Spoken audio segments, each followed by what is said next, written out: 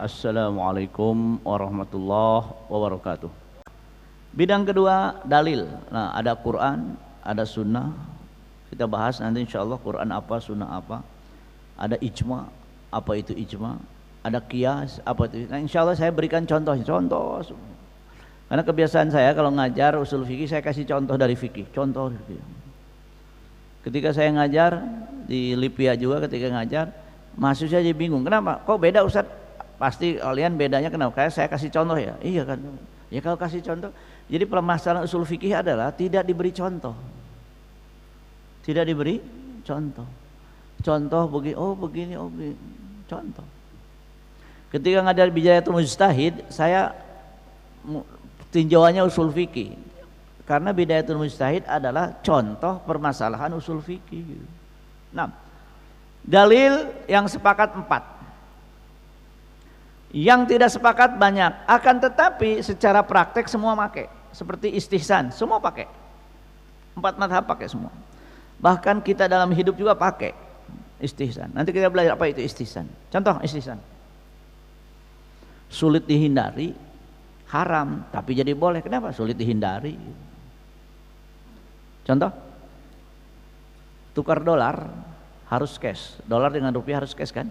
Nah, kalau 100.000 dolar ditukar rupiah bisa cash nggak? Pasti nggak bisa dong, nggak mungkin. Makanya nggak bisa cash. Haram nggak? Kenapa? Nggak bisa dihindari.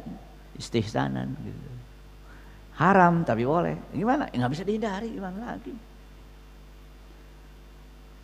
Nah, itu istihsan. Nanti insya Allah kita bahas. Masjid besar, di beberapa masjid besar. Kemudian terkejatuhan kotoran cecak, cuci tuh karpet, cuci. Kapan keringnya? Cecak tiap hari jatuhnya. Sulit gimana? Yang mana lagi yang bisa dihindari? Istihsanan.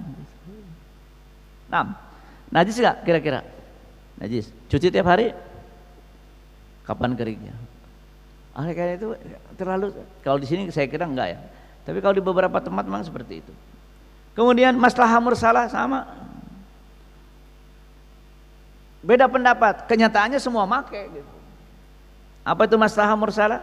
Ada situasi berbeda. Hadis turun situasi tertentu, ketika mau diterapkan situasinya beda dengan ketika hadis turun. Maka hukumnya jadi berubah. Karena situasinya sudah beda. Contoh, apa hukumnya memotong pohon ketika perang? Haram, nggak boleh. Apa hukumnya memotong pohon ketika perang? Pohonnya dipakai musuh untuk berlindung. Ya beda lagi, babat emang musuh-musuhnya gitu kan. Jadi ada situasi, kan hadis mengatakan, makanya ada maslahah mursalah. Nanti insya Allah saddu dzara'i halal, tapi jadi nggak boleh. Apa hukumnya memakai kacamata hitam di tempat banyak perempuan? Haram. Kenapa? Karena pasti dilakukan untuk mukanya ke depan, matanya ke kiri gitu. Kenapa? Lah kan boleh pakai kacamata yang boleh. Cuman kemungkinan ini orangnya ke depan tapi matanya ke kiri gitu kan. Sampai ada saddu dzara'i. Al-uruf itu saya gini. Berapa sih mahar di Indonesia? Uruf. Mahar di Saudi beda sama Indonesia, urufnya beda gitu. Saya pernah tinggal di Sudan, banyak sekali gadis nggak nikah. Kenapa? Mahar terlalu tinggi. Kenapa? Urufnya maharnya harus tinggi. Keluarga itu terhina kalau maharnya rendah. Di Indonesia main rendah-rendahan mahar itu. Nah, sebuah mushaf, padahal mushafnya boleh hadiah dari kedutaan Saudi gitu. Beda, urufnya udah beda gitu. Di Indonesia daripada nggak nikah, di sana daripada mahar rendah gitu. Maka urufnya ditentukan uruf. Berapa sih jumlahnya? Uruf. Al-Quran tidak menyebutkan. Nah, al-istishab nanti juga ada insya Allah. Segala sesuatu itu boleh dulu istishab nanti. Namanya qaul sahabi. Qaul sahabi itu pendapat sahabat. Ada riwayat tidak berujung ke Rasul. Itu bukan hadis, itu pendapat sahabat. Pendapat sahabat. Contoh yang paling jelas, Sayyidah Aisyah diimami oleh seorang bernama Zakwan. Zakwannya pakai mushaf. Sayyidah Aisyahnya sahabat, berarti pendapat sahabat bukan pendapat Rasul. Kenapa? Ya mushaf kan adanya di zaman Abu Bakar, bukan di zaman Rasul. Apakah ada hadis tentang Rasulullah baca Quran pakai mushaf? Kan mushafnya nggak ada zaman Rasulullah. Namanya kaul sahabi. Contoh juga masalah mursalah, kenapa Abu Bakar mengumpulkan Quran jadi mushaf? Padahal tanpa ada hadis, tanpa ada ayat. Masalah mursalah. Semua sepakat. Termasuk yang mengatakan masalah mursalah tidak hujah, mazhab Syafi'i sepakat juga. Ya berarti hanya beda lafadz tapi substansinya sama. Maka kita akan berbicara 11 dalil dalam usul fikih. Karena semua dipakai. Saya lihat semua dipakai. Syar'u man qablana sama juga dipakai. Syariat sebelum syariat Nabi Muhammad sallallahu alaihi wasallam. Syariat Nabi Daud dikisahkan dalam Al-Qur'an, apakah syariat bagi kita? Nanti ada aturannya gitu. Nanti ada aturannya. Nah, ini dalil dalam usul fikih.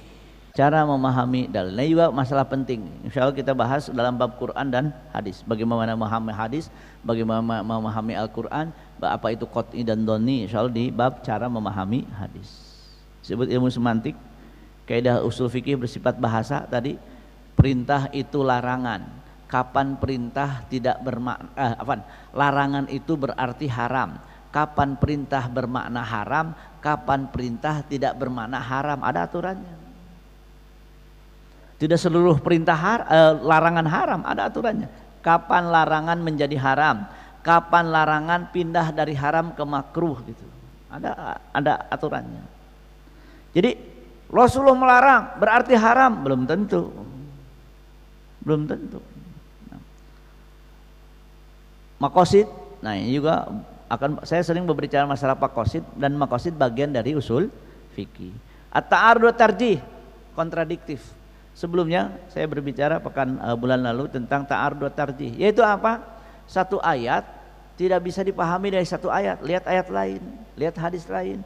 Kalau terjadi kontradiktif, bagaimana menggabungkannya? Namanya pertentangan. Seperti sebelumnya saya berbicara tentang satu hadis berbicara tentang kalau alat pertanian ada di rumah, Allah turunkan laknat. Hadis lain menyuruh bercocok tanam. Kok kontradiktif? Gabungkan. Bagaimana? Larangan bercocok tanam ketika ada tugas yang lebih besar, yaitu apa? Di antaranya al-jihad. Kan gitu. Ada seorang guru harus ngajar, bercocok tanam, ya nggak boleh gitu.